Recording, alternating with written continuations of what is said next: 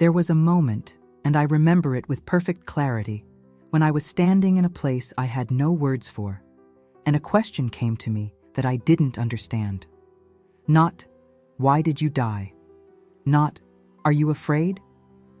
Just this: "Maggie, do you know why you're here?" I assumed it meant here, as in this place. I assumed it meant the threshold I was standing at, the warmth I could feel radiating from somewhere ahead, the light that seemed to breathe. I thought I understood the question. I was wrong about almost everything that day. What I found out in those 7 minutes shattered every assumption I had built my faith on for 5 decades. 3 things I had done my entire religious life, things I was proud of, were the very things keeping me from crossing over. And the third one, I never saw coming.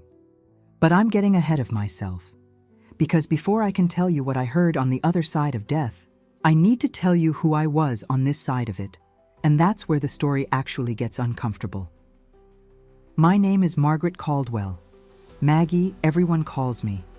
I was 58 years old, silver-haired, and if you had passed me in the church lobby on any given Sunday morning, you would have known exactly who I was without anyone telling you. I was the one with the clipboard and the warm handshake, the one who knew which families had needs before they asked and made sure the food drives ran on time. I had been the Sunday school director at First Baptist for 24 years. My husband Gerald had been a deacon at that same church for 18. It wasn't just habit, it was identity. When people thought of that church, they thought of people like me. When visitors came, I was the face that welcomed them. When there was confusion or conflict, I was the steady hand. I had Sunday school certificates going back to 1999. I knew scripture, I prayed daily, I tithed without fail.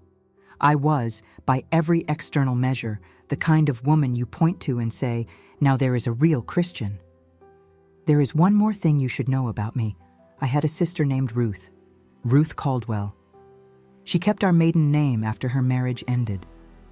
She was 4 years younger than me, quieter, never the church-going type, but kind in her own way. We grew up in the same house, shared a bedroom until I left for college, spent 30 years as the kind of sisters who called each other every week. And then, 15 years ago, we stopped. There was a dispute over our mother's estate. I believed I had been wronged. I had a solid case, I told myself, legally and morally. I held my ground. And when the dust settled and Ruth and I were still not speaking, I put that fact away somewhere inside me where I didn't have to look at it very often. I prayed for Ruth, of course. I mentioned her in my prayer journal. I told myself I had forgiven her and was simply waiting for her to come to her senses. That is what I told myself for 15 years.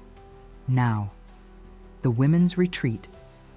It was a Saturday in October, that southern October that still feels like summer in the afternoon.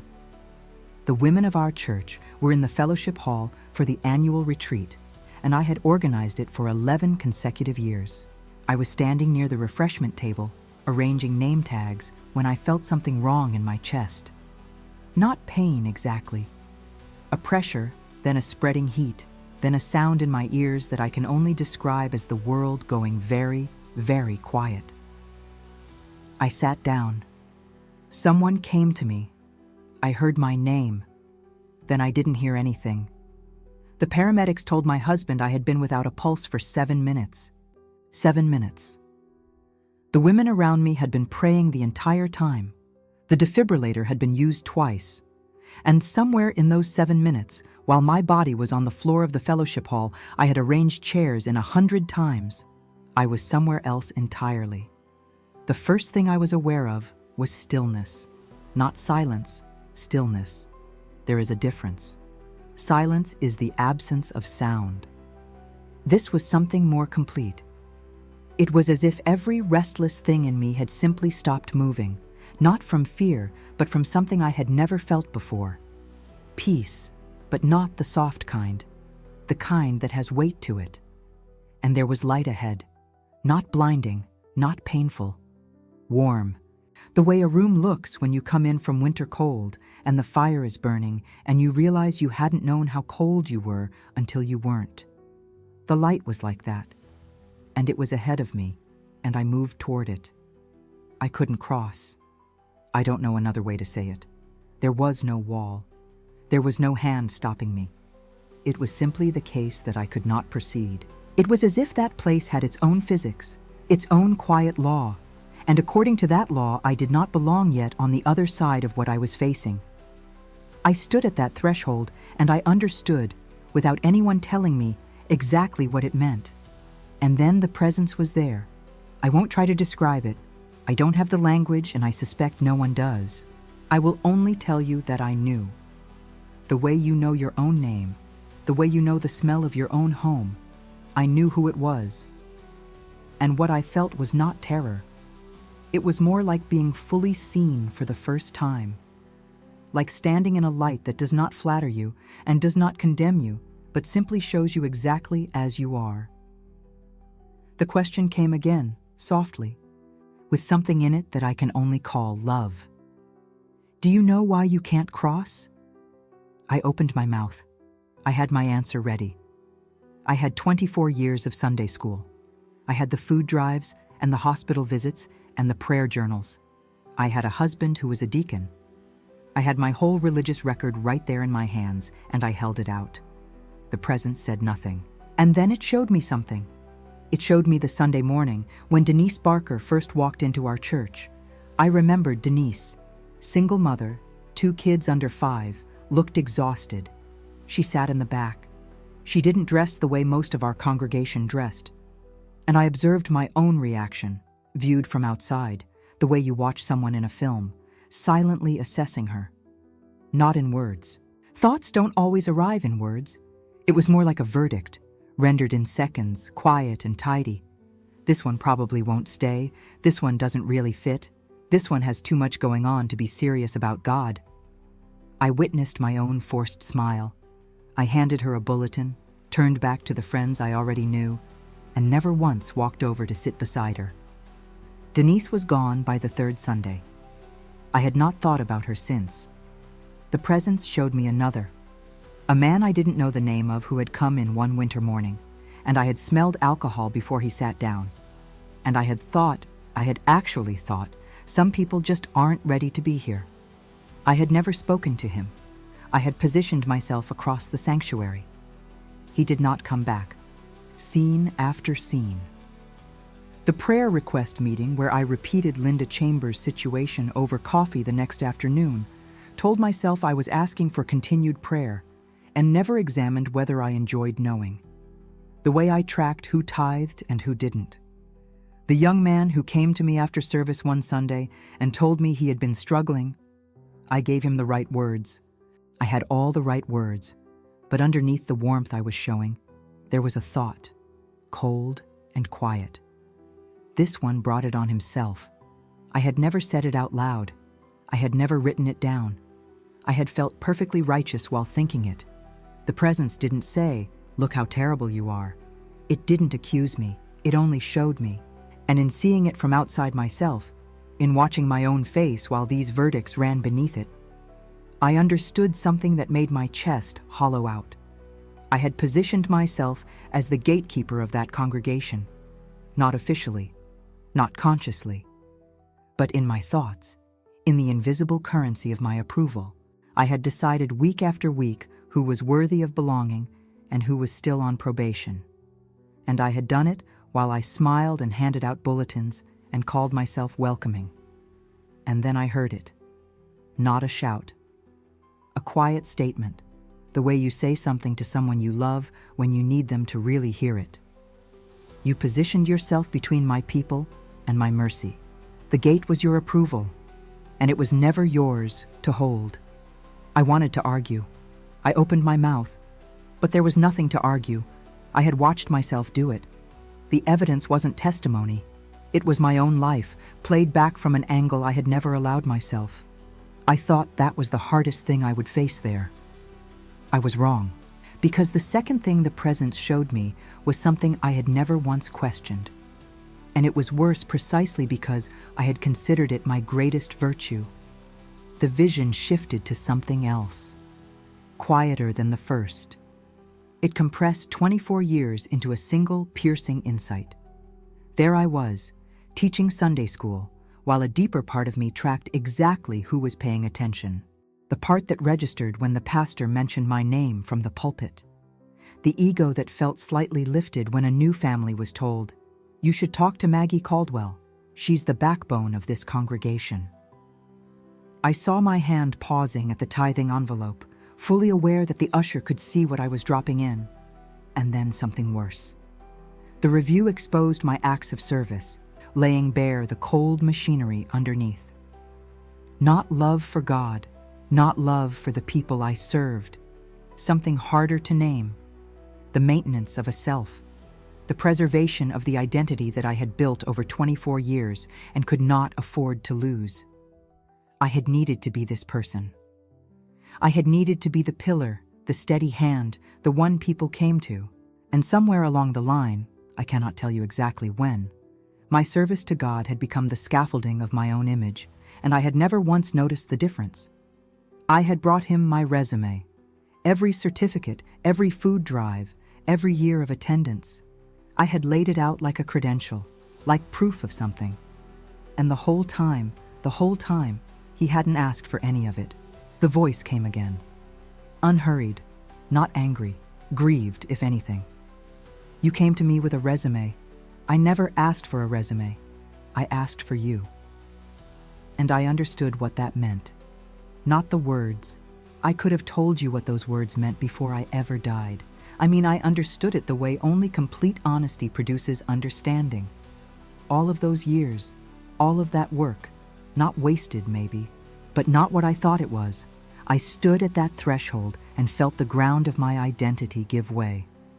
And then the presence went quiet. Different from the quiet between the revelations. This was a waiting quiet, an intake of breath. And I saw Ruth. Not Ruth in person. A window, the same way the other scenes had appeared. Ruth in her kitchen, alone, late afternoon light at an angle. She looked older than the last time I had seen her. Quieter in the face the way grief makes people quiet.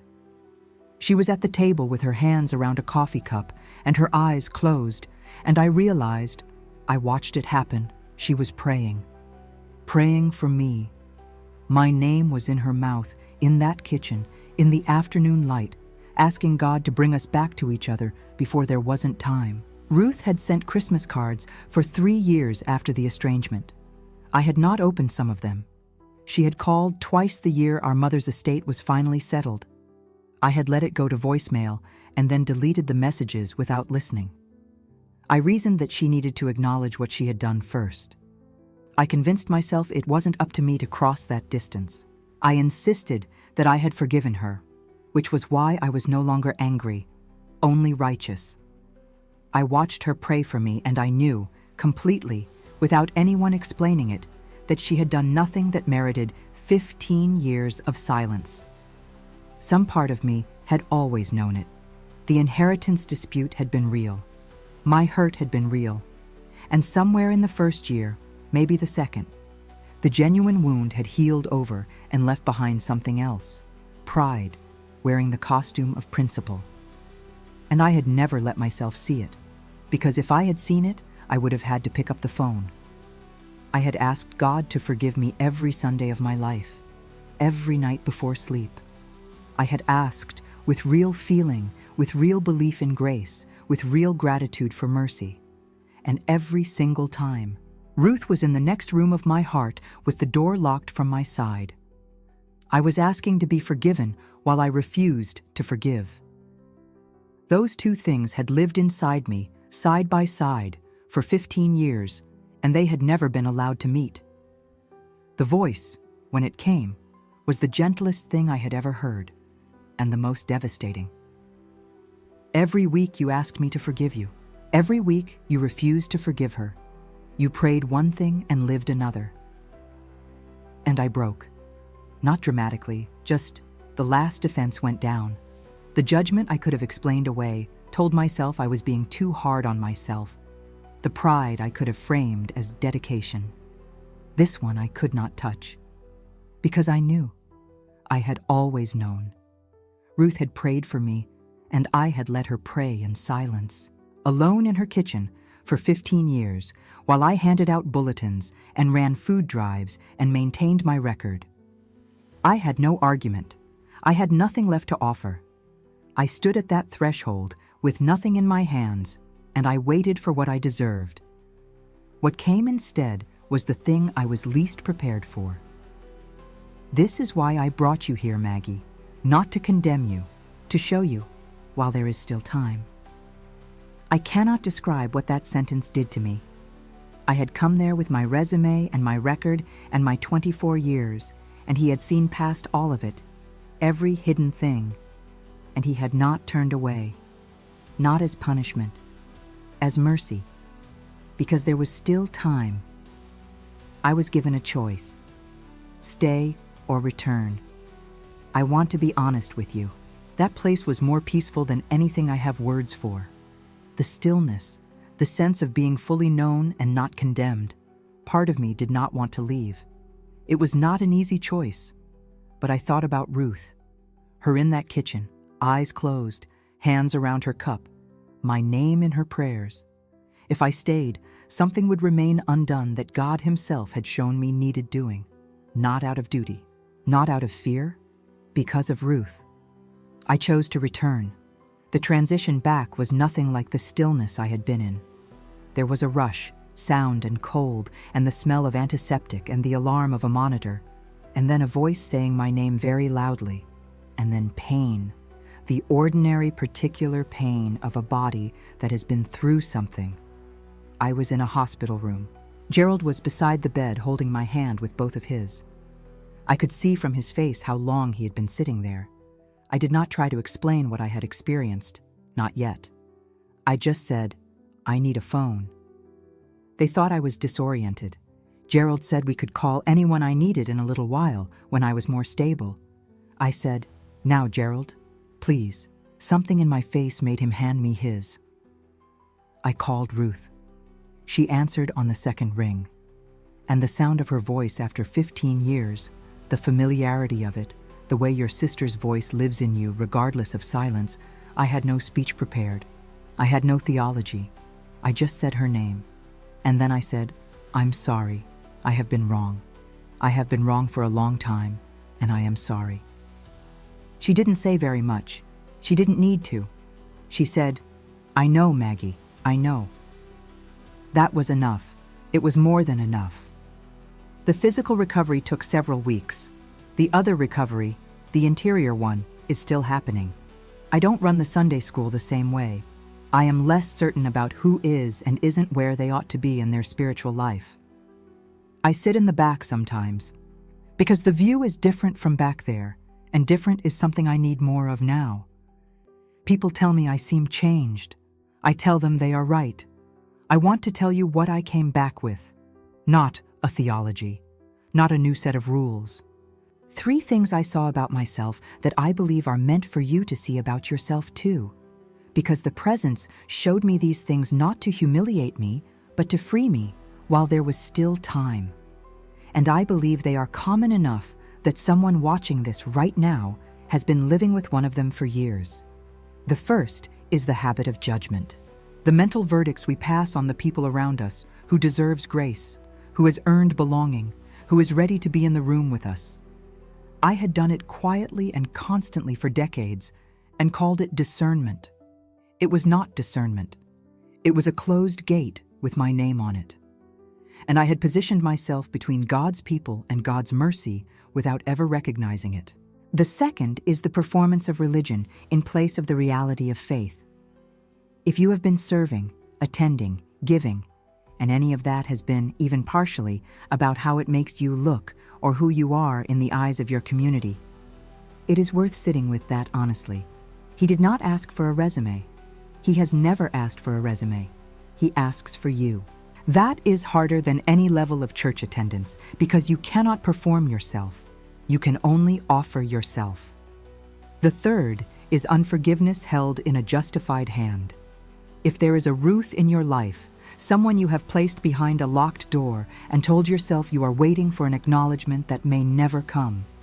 I need you to hear this from someone who has stood at the threshold. You cannot ask for forgiveness with one hand and refuse it with the other. Those two things cannot coexist the way we have told ourselves they can.